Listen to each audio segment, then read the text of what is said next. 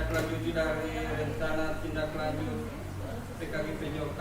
Jadi saya akan memaparkan sedikit pembelajaran berbasis STEM ini, sport edukasi model yang akan dilakukan di sekolah dasar. Jadi Bapak dan Ibu sekalian, pembelajaran STEM ini bisa digunakan di dalam nanti proyek P5. Jadi akan kolaborasi dengan beberapa mata pelajaran nanti. Ketika di akhir pembelajaran untuk P5, jadi untuk PJOK bisa masuk pada mata pelajaran yang lain. Jadi ini adalah penjelasan singkat tentang STEM, yang merupakan pendekatan inovatif dalam pembelajaran PJOK yang sangat populer untuk saat ini. Model ini dirancang untuk memberikan pengalaman olahraga yang menarik bagi siswa. Contoh STEM ini sudah kami lakukan kemarin ketika pembelajaran tatap muka PKG PJOK, di mana pembelajarannya berbasis kompetisi. Jadi ada pembelajaran yang dilakukan di akhir pembelajaran nanti yang modelnya hampir sama dengan meeting kelas. Jadi ada pembelajaran kompetisi, di situ melibatkan siswa dan guru. Ya, jadi guru menjadi peserta, baru siswa menjadi panitia. Jadi mau dibalik begitu. Ya, jadi semua menjadi ada pengalaman bahwa ada pembelajaran yang berbasis kepada siswa. Jadi nanti siswa yang menjadi panitia itu mereka merancang sebuah kompetisi atau turnamen secara sederhana. Jadi dia melakukan sekolah, jadi pesertanya bisa dari Bapak Ibu, guru di sekolah. Nanti kalau tidak cukup nanti ditambahkan dengan siswa. Tapi untuk pelaksananya semuanya siswa. Ya, jadi proyek P5 untuk PJOK itu seperti itu. Semua siswa yang mengerjakan. Bapak dari guru tinggal mengikuti arahan dari siswa. Jadi di sini ada implementasi STEM di kelas rendah.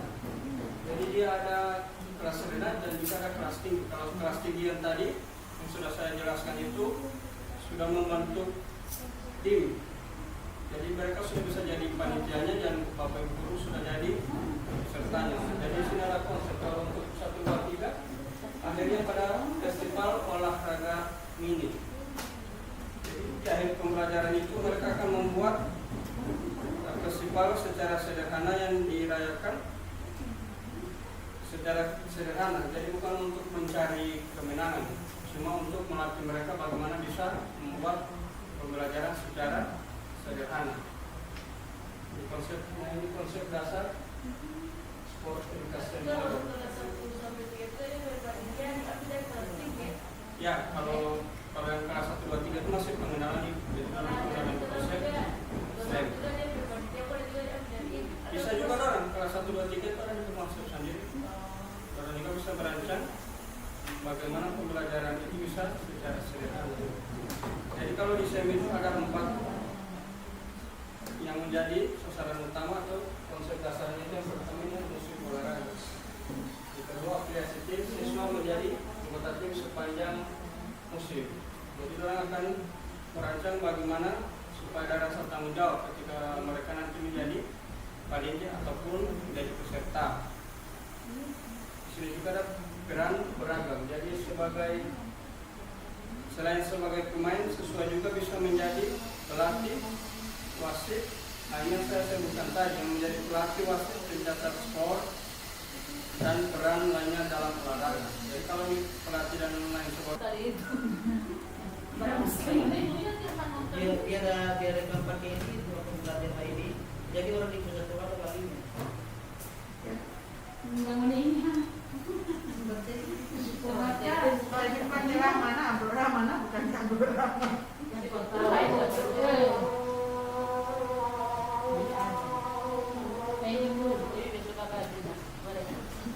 Supaya kita mau orang baku.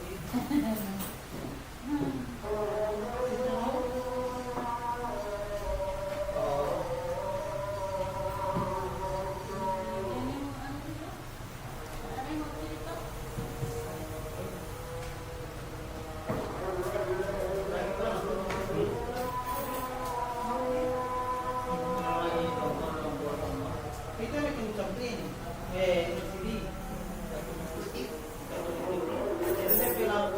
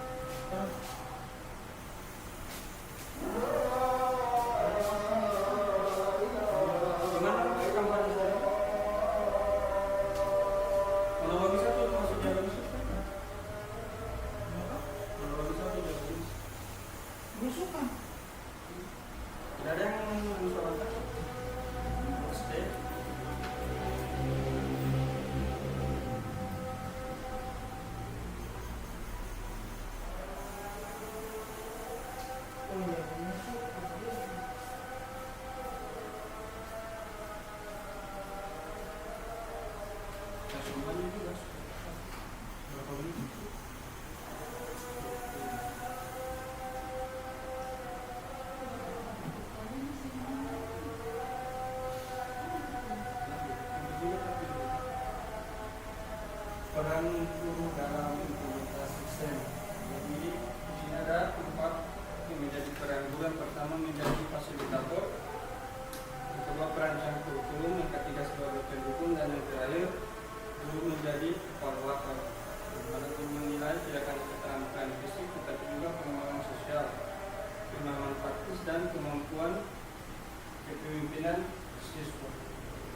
Peran guru dalam SEM lebih kompleks dan lebih menantang dibandingkan dengan pendekatan secara tradisional. Jadi guru harus mampu menciptakan lingkungan belajar yang mendukung kemandirian siswa sambil tetap memastikan keamanan dan kesesuaian dalam tujuan pembelajaran nanti. Jadi manfaat model sport education model di sekolah dasar. Ini ada 4 manfaat. Yang pertama peningkatan motivasi. Jadi saya meningkatkan motivasi siswa untuk berpartisipasi dalam olahraga melalui pengalaman yang menyenangkan dan lebih bermakna, sehingga siswa lebih terlibat dalam pembelajaran nanti dan juga mereka bertanggung jawab. Ini ada pengembangan keterampilan sosial. Melalui kerja tim dan rotasi peran, siswa dapat mengembangkan keterampilan komunikasi, kerjasama, dan kepemimpinan yang penting untuk kehidupan mereka di luar sekolah nanti. Dan yang ketiga, pemahaman mendalam tentang olahraga. Jadi siswa lebih memperoleh pemahaman yang lebih komprehensif tentang olahraga, di mana juga aturan-aturannya, strategi, etika, dan juga mendorong partisipasi dalam jangka yang panjang dalam aktivitas fisik. Yang terakhir, inklusi dan partisipasi merata. Jadi saya mendorong partisipasi semua siswa, terlepas dari tingkat yang di bawah maupun tingkat kelas atas, peran mereka melalui berbagai peran yang tersedia dalam tim olahraga. Yang berikutnya, Bapak dan Ibu, tantangan dan solusi dalam penerapan SEM di sekolah. Jadi ada tantangan dan juga solusinya. Yang pertama, keterbatasan waktu dan sumber daya. Di mana dalam melakukan SEM yang paling sulit itu yaitu keterbatasan waktu dan sumber daya ketika melakukan nanti pembelajaran berbasis SEM. Solusinya itu integrasi. Nah, ini yang sudah saya sebutkan tadi dengan mata pelajaran lain dalam penggunaan peralatan yang multifungsi. Jadi bisa berkolaborasi beberapa mata pelajaran untuk mensukseskan model pembelajaran STEM ini. Yang berikut yaitu tantangannya perbedaan tingkat keterampilan siswa. Jadi penerapan solusinya, penerapan sistem peran yang beragam, modifikasi aturan untuk inklusi. Nah, di sini modifikasi aturan untuk inklusi. Jadi ada beberapa yang menjadi pembahasan kemarin itu tentang siswa-siswa yang berpotensi atau masuk ke dalam siswa inklusi. Jadi dapat kita bedakan bagaimana ketika memberikan SEM untuk siswa yang inklusi. Yang terakhir, kesulitan dalam penilaian. Jadi pengembangan rubrik penilaian komprehensif, pelatihan guru, dan dalam penilaian berbasis kinerja. Jadi rubrik untuk SEM ini sedikit sulit dalam membuat penilaian. Jadi karena SEM ini pembelajaran berbasis kompetensi, jadi dalam pelaksanaannya pun rubriknya tergantung dengan situasi yang ada di sekolah masing-masing. Yang berikutnya, evaluasi dan pengembangan berkelanjutan SEM di sekolah dasar. Ini ada 4 evaluasi yang sudah kami buat. Yang pertama, pengumpulan data, yaitu melakukan survei untuk kepuasan siswa, orang tua, serta menganalisis data partisipasi dan pencapaian siswa dalam program SEM. Jadi SEM ini juga melibatkan orang tua. Jadi di dalam pelaksanaannya nanti, keterlibatan orang tua untuk menunjang pembelajaran SEM ini sangat diperlukan. Jadi ada beberapa hal yang mungkin akan disediakan, yang kita juga harus bekerja sama dengan orang tua, juga wali-wali kelas. Jadi nanti akan ada beberapa proyek yang bisa dibuat secara bersama-sama. analisis dan refleksi. Tim guru dan administrator mengevaluasi efektivitas program, mengidentifikasi area yang perlu ditingkatkan, dan praktik terbaik yang dapat dibagikan. Jadi guru dan saya sebagai guru mata pelajaran PJOK bisa menjadi administrator dalam mengevaluasi efektivitas program yang kita lakukan nanti dalam pembelajaran SEM. Yang berikutnya penyesuaian program. Jadi setelah selesai melakukan evaluasi, kita bisa melakukan penyesuaian program seperti struktur musim, pemilihan olahraga atau metode penilaian untuk meningkatkan efektivitas SEM nanti. Yang terakhir, pengembangan profesional. Dan juga bisa menyediakan pelatih yang berkelanjutan bagi guru untuk meningkatkan keterampilan SEM dalam menerapkan SEM dan mengikuti pengembangan terbaru dalam pendidikan jasmani. Sport education model dan integrasi pembelajaran di sekolah dasar. Jadi metode SEM yang digunakan dalam pembelajaran PJOK itu bisa digunakan juga di dalam pembelajaran yang lain karena dia berintegrasi.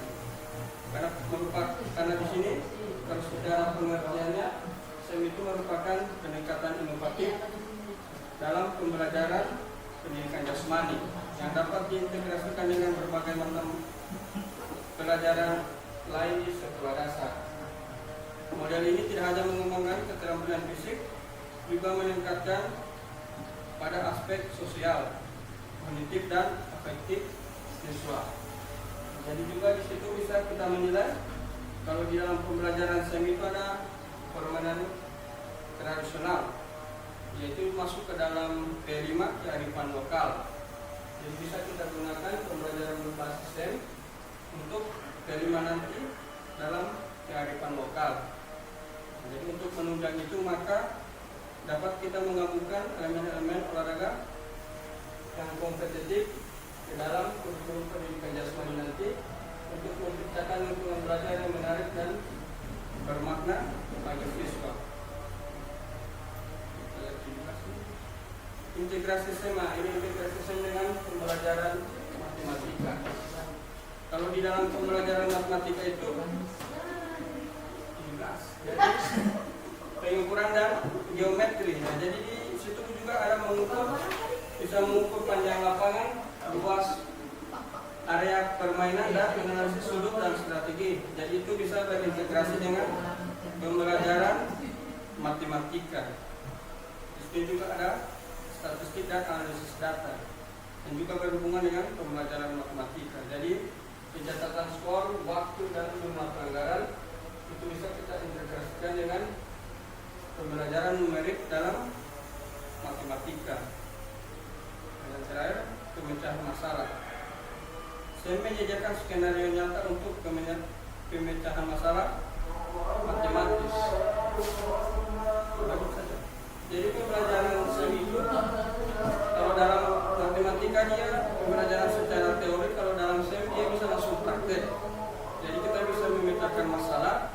Contohnya di dalam lapangan ada ukuran-ukuran lapangan yang bisa dimodifikasi. Contohnya lapangan bola voli tidak pas di sekolah di sini. Jadi dia bisa kita modifikasi ukurannya sesuai dengan lapangan yang ada di sekolah masing-masing. Jadi siswa dapat memecahkan masalah dengan secara langsung.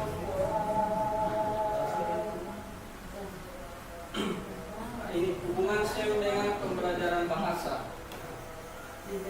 Jadi untuk bahasa Indonesia ada beberapa yang menjadi hubungan atau integrasi. Yang pertama kosakata olahraga. SEM memperkaya kosakata siswa dalam istilah-istilah khusus dalam olahraga. Mereka belajar nama-nama peralatan, posisi pemain dan aturan permainan yang dapat diintegrasikan ke dalam pembelajaran bahasa Indonesia untuk meningkatkan kemampuan komunikasi mereka. Yang berikutnya menulis kreatif dan yang ketiga presentasi lisan. Dalam berperan sebagai komentator atau pembawa acara dalam event olahraga SEM nanti siswa melatih kemampuan berbicaranya di depan umum. Jadi bisa diintegrasikan dengan pembelajaran bahasa Indonesia. Nah, penggunaan Mereka dapat belajar menyampaikan informasi dengan jelas, menggunakan intonasi yang tepat, dan mengembangkan kepercayaan diri dalam komunikasi lisan. Kalau ini dengan SEM dalam konteks pembelajaran IPA. Jadi kalau IPA, ini ada kita bisa integrasikan dengan yang pertama biomekanika, menganalisis tubuh melalui gaya ataupun gaya dalam konteks aktivitas fisik yang mereka lakukan. Berikutnya sistem tubuh manusia. Jadi mengenal sistem tubuh manusia itu sendiri dari kepala sampai lengkap. Yang berikutnya ini nutrisi dan kesehatan.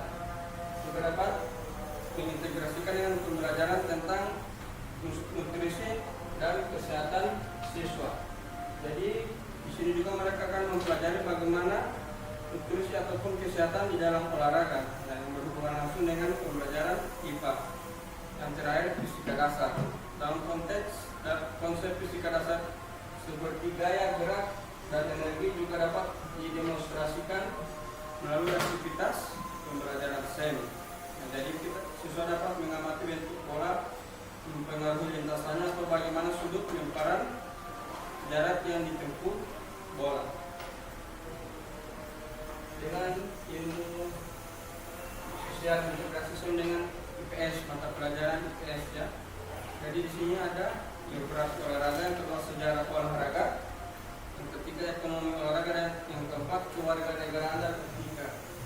SEM menyediakan platform untuk mengajarkan nilai-nilai kewarganegaraan seperti sportivitas, kerjasama tim, dan respect terhadap aturan. Jadi siswa belajar tentang pentingnya fair play di dalam permainan, memecahkan konflik dan tanggung jawab sosial dalam konteks olahraga. Pembelajaran SEM dan pengembangan keterampilan teknologi. Jadi Bapak Ibu, dalam pembelajaran SEM itu kita dapat membuat berbagai macam hal. Yang pertama yaitu video analisis. Jadi siswa dapat menggunakan perangkat digital untuk merekam dan menganalisis gerakan dalam olahraga. Jadi mereka akan belajar tentang penggunaan kamera, editing video sederhana, dan analisis gerakan menggunakan software khusus untuk mengembangkan literasi digital mereka. Yang kedua, manajemen data, yaitu mereka dapat mengelola statistik dan pertandingan. Siswa belajar menggunakan spreadsheet dan database dalam mengembangkan keterampilan input data. Jadi pengolahan informasi dan penyajian data, grafik, dan tabel digital. Jadi siswa bisa membuat tabel digital secara sederhana. Yang berikutnya komunikasi digital. Jadi ini siswa dapat menggunakannya dan dapat diupload ke dalam media sosial. Jadi siswa belajar tentang komunikasi online. Biasanya yang sekarang digunakan itu vlog. Jadi membuat vlog secara sederhana. Jadi mereka dapat mengunggah hasil-hasil konten digitalnya ke dalam platform yang sekarang sedang berkembang. Bisa diupload di YouTube, Instagram, maupun Facebook. Yang terakhir, desain grafis. Nah, ini siswa dapat terlibat dalam pembuatan logo. Jadi mereka akan belajar membuat logo, tim, poster, maupun event, atau infografis terkait olahraga menggunakan software desain grafis sederhana. Jadi orang juga akan diajarkan bagaimana cara membuat logo-logo secara sederhana. SEM dan pendidikan seni. Yang berikutnya di seni. Jadi SEM itu selalu berkaitan dengan pendidikan seni. Karena di situ ada seni visual yang bisa dilihat secara langsung, musik ataupun gerakan, drama peran, dan juga fotografi olahraga. Evaluasi dan refleksi dalam SEM terpadu. Jadi dalam pembelajaran sport education model ada beberapa aspek yang kami gunakan dalam melakukan evaluasi. Yang pertama yaitu aspek keterampilan fisik, pemahaman konsep, kerjasama tim, kreativitas, dan penerapan teknologi. Jadi ada beberapa metode yang digunakan dan juga ada manfaat integrasi. Kalau metode pertama yaitu tes praktik dan observasi langsung. Kalau dalam pemahaman konsep biasa menggunakan kuis ataupun proyek terpadu. Kalau dalam kerjasama tim biasa digunakan penilaian teman sebaya atau tutor sebaya, ibadah refleksi diri. Nah, di dalam kreativitas metode penilaian bisa menggunakan portofolio ataupun presentasi. Kalau dalam penerapan teknologi biasa menggunakan proyek digital ataupun analisis data. Kalau proyek digital itu biasa menggunakan PPT. Jadi penilaiannya bisa berbagai macam untuk kita integrasikan dalam teknologi. Kalau ada di sini ada manfaatnya dan manfaat. Dan terakhir itu peningkatan literasi teknologi. Selesai. Nah, jadi dalam evaluasi SEM yang integrasi dengan mata pelajaran lain memerlukan pendekatan yang komprehensif. Penilaian ini tidak hanya terfokus pada keterampilan fisik, tetapi juga dalam pemahaman konsep atau mau juga kemampuan kerjasama, kreativitas dan penerapan teknologi. Jadi STEM ini hanya terfokus ke dalam tiga ini, yaitu yang pertama pemahaman konsep, kemampuan kreativitas, kerjasama, dan penerapan teknologi. Jadi pembelajaran STEM ini sudah pembelajaran yang bisa dibilang kekinian atau yang sudah modern. Jadi penerapan teknologi itu merupakan akhir di mana semua pembelajaran itu selalu diupload. Jadi pembuatan konten yang sekarang sudah sangat masif. Jadi semua siswa itu diharapkan bisa membuat salah satu produk yang berbasis konten. Metode evaluasi yang beragam seperti tes praktik, proyek terpadu, penilaian teman sebaya dan portofolio digital digunakan untuk menangkap berbagai aspek pembelajaran siswa. Yang terakhir, refleksinya menjadi komponen penting dalam proses ini. Jadi siswa didorong untuk merenungkan pengalaman mereka, menghubungkan pembelajaran dan berbagai mata pelajaran, mengidentifikasi area untuk perbaikan, juga guru melakukan refleksi untuk mengevaluasi efektivitas integrasi dan merencanakan penyesuaian untuk meningkatkan pengalaman belajar, di mana pendekatan evaluasi dan refleksi yang holistik ini memastikan bahwa STEM tidak hanya pengembangan keterampilan olahraga, tetapi juga mendukung pertumbuhan akademik dan personal siswa secara menyeluruh. Jadi STEM ini merupakan proyek baru yang sudah sangat luar biasa dan sangat menarik. Jadi ketika kita menggabungkan antara mata pelajaran itu, STEM ini merupakan salah satu solusinya. Jadi untuk mengembangkan keterampilan siswa, juga untuk mendukung pertumbuhan akademik dan personal siswa secara menyeluruh. Dan sekian Bapak dan Ibu Guru, pembelajaran atau pengenalan STEM sederhana dari saya. Jadi ini merupakan praktik baik yang nanti akan kita lakukan nanti rencana tindak lanjutnya di dalam proyek kelima nanti. Jadi bisa berkolaborasi dengan beberapa mata pelajaran.